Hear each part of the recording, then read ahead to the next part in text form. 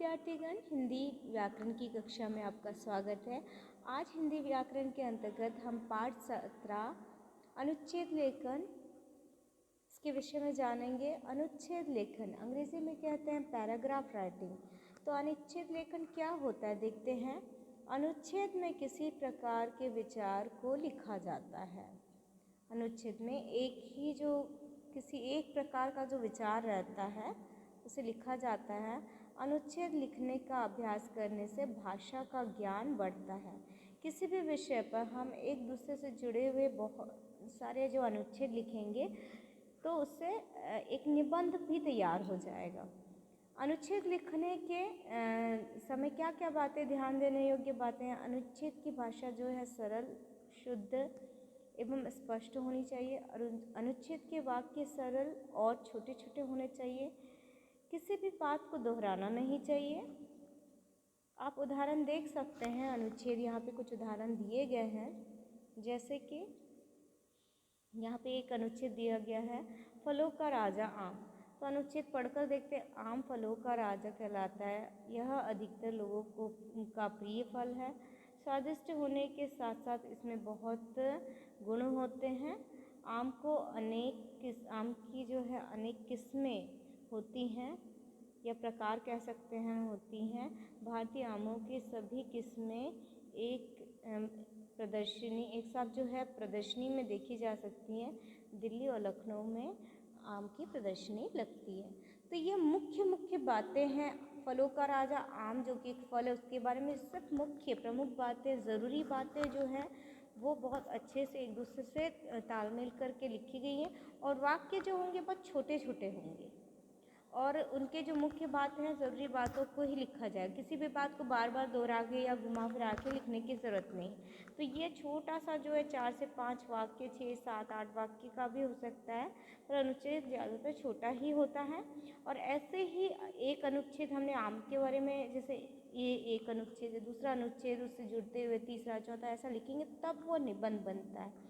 निबंध में कम से कम 5, 7, 8, 10 भी अनुच्छेद होते हैं, परंतु अनुच्छेद एक ही होता है। इसमें जो है वाक्य रहेंगे 6, 7, 8 वाक्य एक साथ जुड़े हुए रहेंगे। क्रम से लिखने की इससे ज़रूरत नहीं, क्रम देकर नहीं लिखना है। नंबर देकर जो हम लिखते हैं नंबर 1, नंबर 2 या क्रम 1, ऐसा लिखने की कोई आवश्यकता नहीं है। ये एक वाक्य ख़त्म होने के बाद अंत का जो एक वाक्य जब समाप्त हो जाएगा तो दूसरा वाक्य वहीं से जो है ये देखिए प्रारंभ करेंगे, इस तरीके का होगा। ये है अनुच्छेद लेखन। बारिश के दिन का भी अनुच्छेद देख सकते हैं। बारिश का दिन बड़ा सुहाना होता है। बारिश की बूंदें सभी का मन मोह लेती है। बादलों को देखकर मोर मदमस्त होकर नाचने लगता है। मोर का नृत्य देखकर सब झूम जाते हैं। तो इस तरीके से बारिश के जो बारे में, बारिश के दिन के बारे में जो है बहुत सारा जो है अलग अलग विभिन्न प्रकार का जो आप कह सकते हैं कि बारिश के दिन के विषय में अलग अलग प्रकार के जो बातें जो कही गई हैं वो प्रमुख बातें ही इसमें बताई जाएंगी। इसके अलावा आप देख सकते हैं यहाँ कुछ अभ्यास अपनी अभ्यास पुस्तिका में भी आप लिख सकते हैं। सब्जियों का राजा आलू, नानी का गांव, हमारा विद्यालय, गर्मियों की छुट्टियां, जंगल, ऐसे विषय पर भी आप इसे अभ्यास कर सकते हैं। इसके अलावा एक अनुच्छेद मैं यहाँ पे आपको दिखाना चाहूँगी। एक छोटा सा बहुत प्यारा सा विषय है जो कि है बगीचा या उपवन। बगीचा सब जाना पसंद करते हैं। बगीचा पार्क, गार्डन जो आप कहते हैं वही है। बगीचा एक मनमोहक स्थान होता है। बगीचे में लोग खेलने, टहलने, व्यायाम करने, बैठने आते हैं।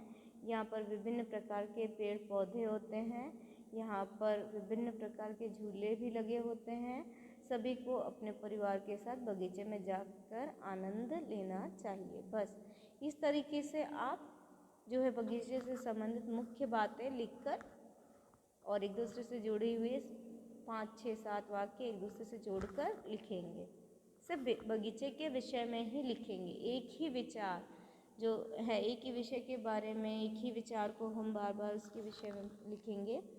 गृह कार्य में आप जो है मैं आपको देना चाहूँगी कि घर पर अनुच्छेद लिखिए। तो यह आपका गृह कार्य आप खुद लिख कर देखेंगे, प्रयास करेंगे ताकि आपकी लेखन की क्षमता बढ़े। धन्यवाद। आप सभी का दिन शुभ हो।